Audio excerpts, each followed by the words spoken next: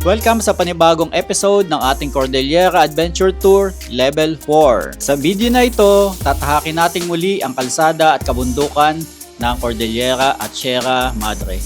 Mag-uumpisa tayo sa bayan ng Natonin, Mountain Province. At susunod nating pupuntahan ay ang Paraceliz Municipal Hall kung saan nandoon ang ating first checkpoint of the day. At pagkatapos nito, magdediretso tayo sa City of Santiago sa Isabela.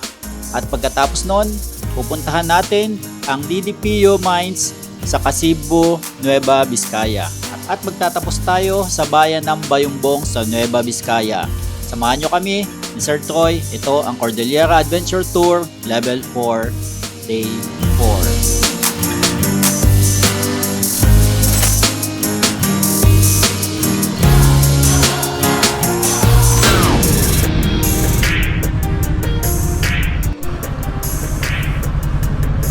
Okay guys, preparing na tayo para sa ating day 4 adventure. Andito tayo sa somewhere sa Menantonin, pagbaba ng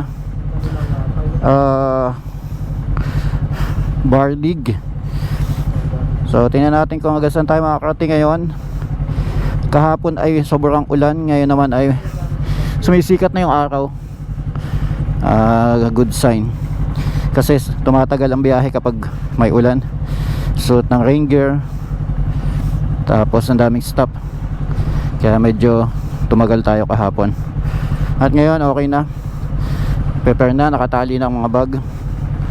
At let's go. Okay naman ang gulong natin, hindi naman malambot.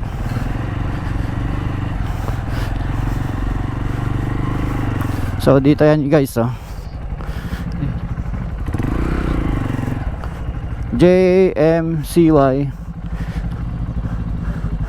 Tayo, nagpaalam ka na kay Manang?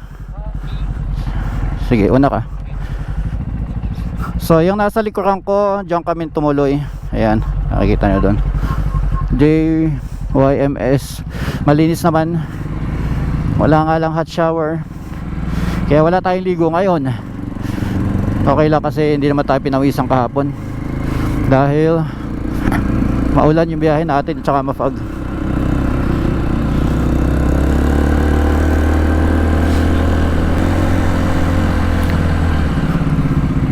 Ayan pala, Natonin pala kami. Natonin. So first time natin dito sa lugar na to. Ang dami nating first time ngayon na Cordillera Level 4. Mga bayan-bayan na hindi natin nakalaing mapupuntahan natin dahil sa ating adventure. So it takes only 15 minutes siguro, 10 to 15 para ikabit yung ating mga soft luggage or mga soft panniers. Then preparation ng mga 30 minutes kasama na ang mga charging ng mga battery, intercom, camera, cellphone. So sa gabi natin ginagawa yun. Okay, kanan tayo, medyo basa pa, hindi na tayo naglinis ng sapatos guys. Ayan, dahil sigurado magdudumi na naman to, dahil may mga basa pang kalsada. Dito tayo dumaan kahapon.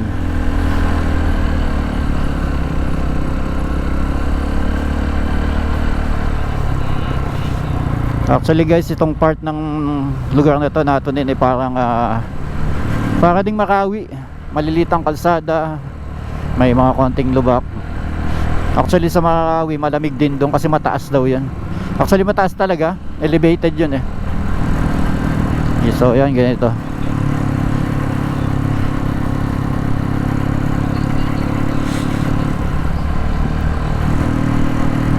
Okay guys, iba yung weather na dito, medyo warm eh. Hindi naman mainit pa, hindi na ganong kalamig, hindi na nakakapag-chill. At apat pa din yung layer ng ating damit, dalawang long sleeve at tatlong long sleeve, isang t-shirt. At dito tayo sa may papuntang Paraceliz, mga 10 kilometers na lang siguro, more or less. At iba yung iba yung kita nyo, parang iba yung ambience. Wala na yung mga pine trees, parang jungle na yung mga puno, pang jungle. At okay naman yung kalsada, okay yung weather, walang ulan. Sana mamayang hapon na wala din. Uy, may tindahan, moving tindahan, ano yun, roving. Ano. So, bihirang-bihira yung makasalubong namin, nakakasalubong. Yun, isa lang yun. O, mga 4 pa lang nakakasalubong namin. Walang public transport, walang jeepney, bus, tricycle. So, mga ilan-ilan lang talaga. Maliliit pa. Alright, let's go. Punta tayo sa first checkpoint natin para sa ating 4 days. Ika-4 na araw na. So, ang ganda ng gulong natin, makapit. Nagbawas tayo ng konting hangin. Kaya mas gumanda. Mas maganda yung absorption ng ating suspension overall, likod at harap. Let's go! Okay guys, approaching na tayo dito sa Paracelis. First checkpoint for the day. Day number 4. Oh, ang lapit na pala natin sa Tabuk. Rojas, Isabela. Uy, bago nga oh. Ayos.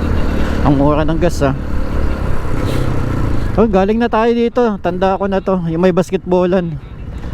Yung gabi tayo dyan nagpicture, Troy.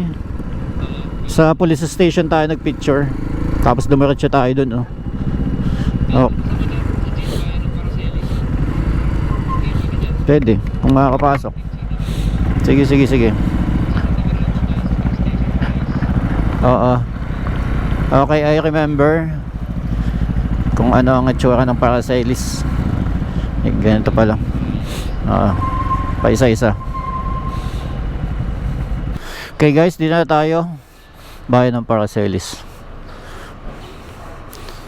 So gabi natin dito dinaan. Actually, twice natin nadaanan to. Parehong gabi. No? Ngayon lang tayo dumaan ng may araw. Ha? At kumain muna tayo dito guys. First time nating kakain ng rice. Kahapon wala tayong rice maghapon. So puso ng saging, titikman natin. At hindi mawawala ang torta, itlog. Kay Troy ay beef. Baligtad ang tawag, tapos brown rice, tapos tubig. So breakfast, lunch around 10 na ba? Wala pa no? 9:50 pa lang. Masyadong maaga pa. Tayong mag breakfast. Time check natin is around 10. And then siguro kasama na din yung ating lunch doon kasi ang dami ng serving, lalo na yung brown rice. At nagustuhan ko yung gulay nila. Usually gulay or fish ang aking ino-order, seafoods. Kapag may mga ganyang kainan, iwas tayo sa mga pork, mga meat. At on the way na tayo ngayon papunta sa binabaybay natin ang papuntang Isabela, Santiago.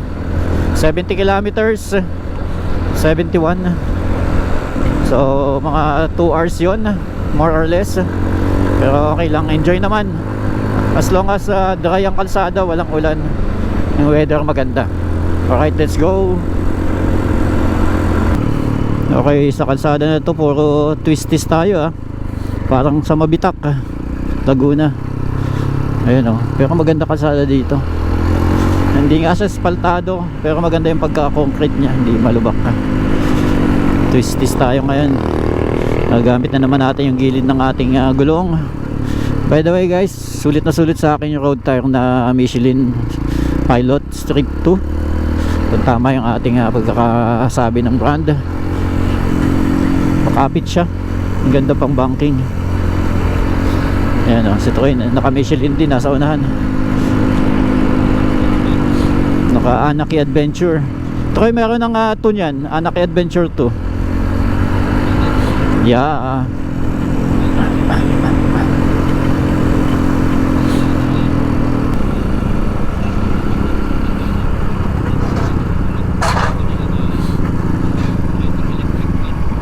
Gandang palipakan ng drone yan.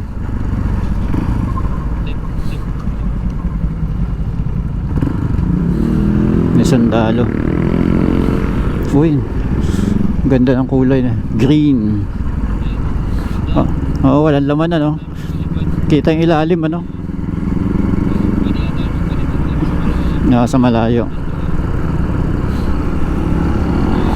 Dry na dry, no? Inipon sa kabila. Ganun pala itsura ng ilalim nun.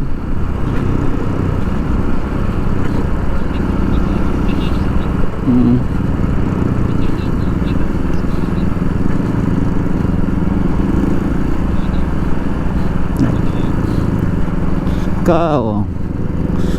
Dito, oh. May parking dito. Wow. Ayan yung dam. So babalik tayo ng konti, guys. At punta tayo nung sa Magat. May eco park daw dito. So ito parang hydro power, oh. Walang laman. Pero nasa kabila yung maraming tubig.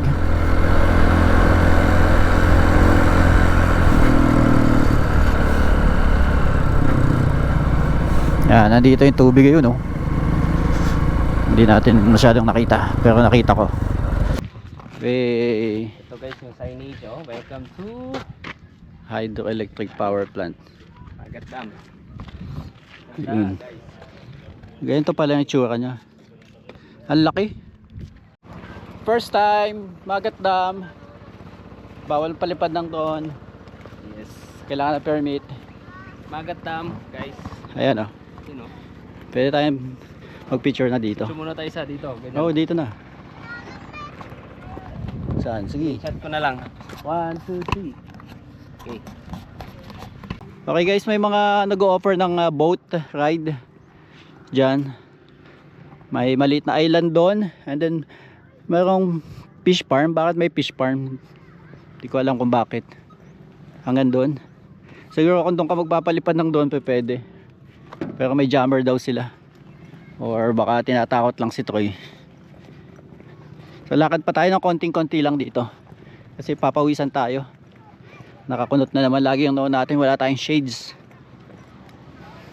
Ayun. Yan. Nakikita nyo may isa pandaan doon, private. Papunta doon sa hydroelectric siguro yun. Hindi ko lang kung nakikita nyo. Layo eh. Ayun, oh. Taka na, let's go. So diretso pa guys, siguro Vlogger dito. mga 800 meters din yan. Sir, Or may 1 sticker kilometers. Meron parang pangalang Magat Dam doon. Tapos may helipad na dalawa. Ito daw yung campground. So kailangan mong magbayad dyan. May entrance. Hindi ko lang alam bakit ganun ang kulay nung Magat Dam pang Becky. Bakit iba-iba? Dapat blue na lang para kulay tubig. No offense sa mga Becky. Marami tayong friends na Becky. Ayan, kasama natin. Ayan, Becky yan. Ayan. So, wala namang nawala sa gamit ni Troy. Andito pa din. Kasi may konting lakad-lakad, mga 50 meters. Kalalaking tao nagpipicture sa Magat Dam. Bading. Okay, back on the road. Kabila ba? Napasa na sa tricycle. Wow. Ayos. Laki ah. Sabi sa ito eh.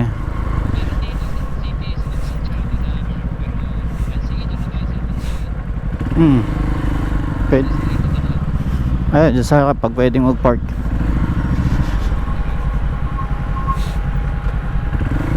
Ayun, pwede. May mga nakapark. Oo nga. Ayun, pwede mismo dun oh.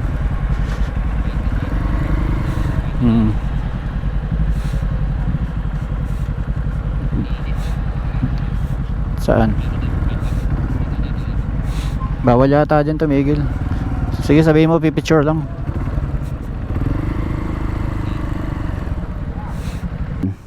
Yan, sakto. 1, 2, 3. Isa pa.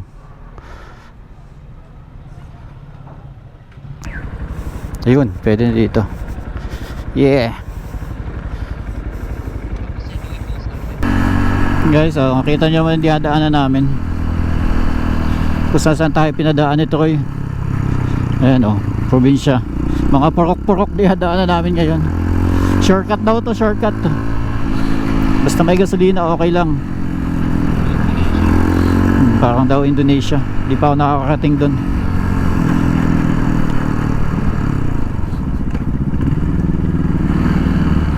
Dito na to sa Quirino del Pilar. So pinasok namin yung mga liblib na lugar. Approaching na tayo sa ating checkpoint. O di hanggang dyan na lang tayo. Excited ka eh. Uy, sarap maligo. Madulas lang dyan yung semento kasi may lumot na yan. Wow, ayos oh. Ganda ah.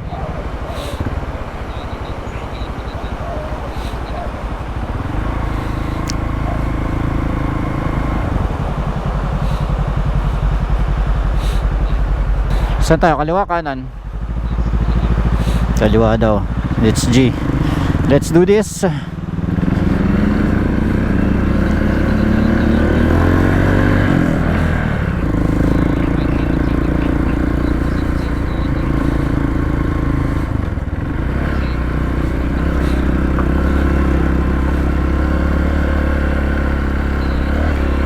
Hindi ba madulas? Hindi naman. Ilang kilometers from here? Ba, malayo din ah. Malayong off-road to.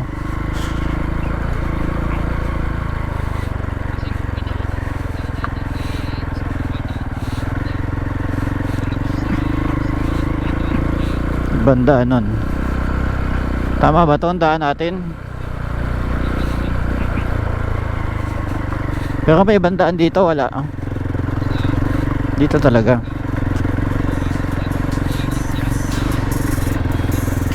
Tukod tayo dyan. So, barangay Tukod ba ito?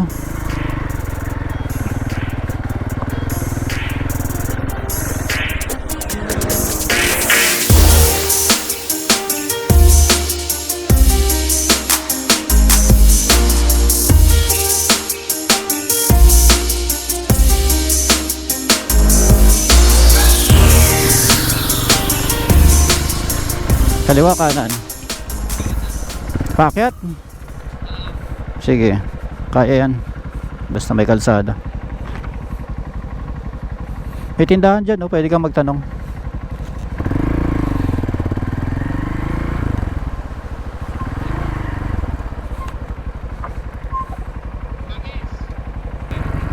Wow, mali.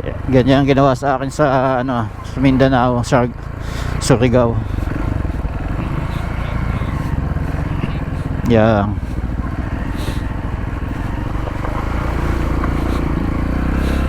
Tanuhan talaga yung bahay na yun.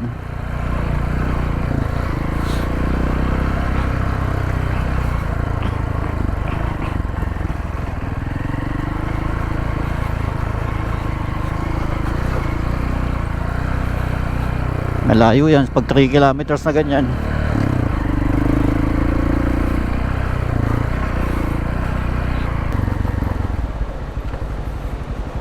Selfie tayo dito.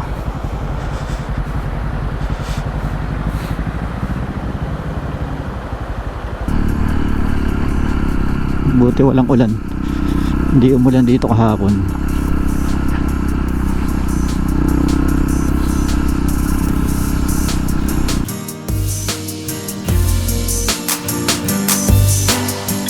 Sa wakas na ito na guys, nakating din natin.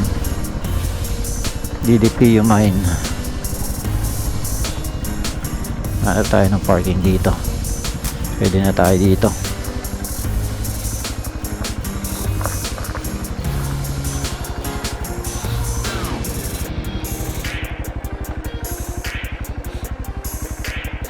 Kaya mas maganda pabaligtad, Troy. Tapos ang picture ay pag ganun. Tama. U-turn ako.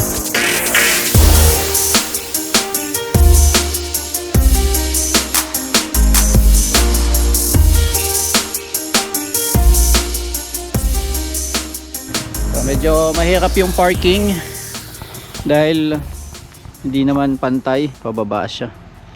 Yan, nakikita naman sa ating screen yung motor ni Troy. So grabe din yung pag-akyat dito o pagpunta dito. May mga rough road, ang dami. Ito ang status naman ng motor natin, sobrang dumi na naman. Grabe. Ayan. Sana nakikita sa screen natin, no? At syempre pati sapatos ko ganyan ang itsura. Sobrang dumi. Ayan. Oh, yung black kulay brown na. At marami ditong mga truck na ganyan. Nag-aahon galing sa mine. Ayan, oh.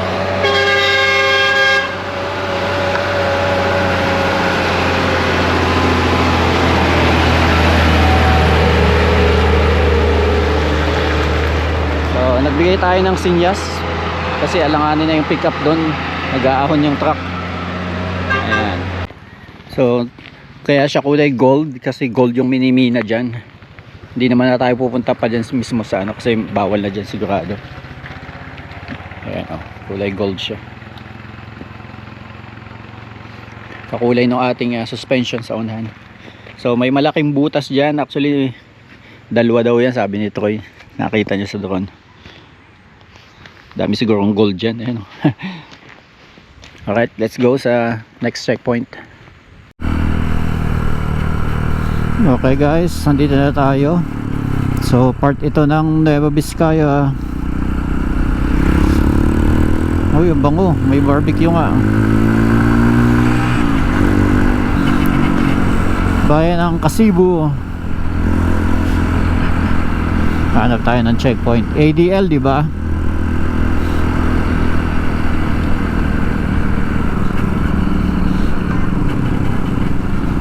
Ay, simpleng buhay na naman dito.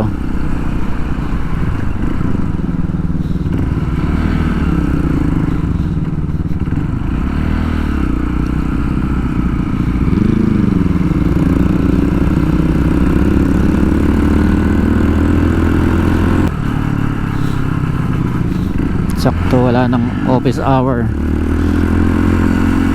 Hindi dudumugi si Troy. Mali. Wow, mali. At ayan na nga, pagkanan mo.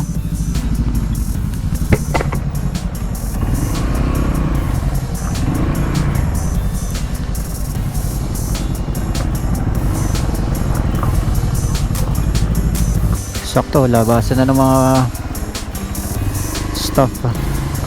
Dito tayo.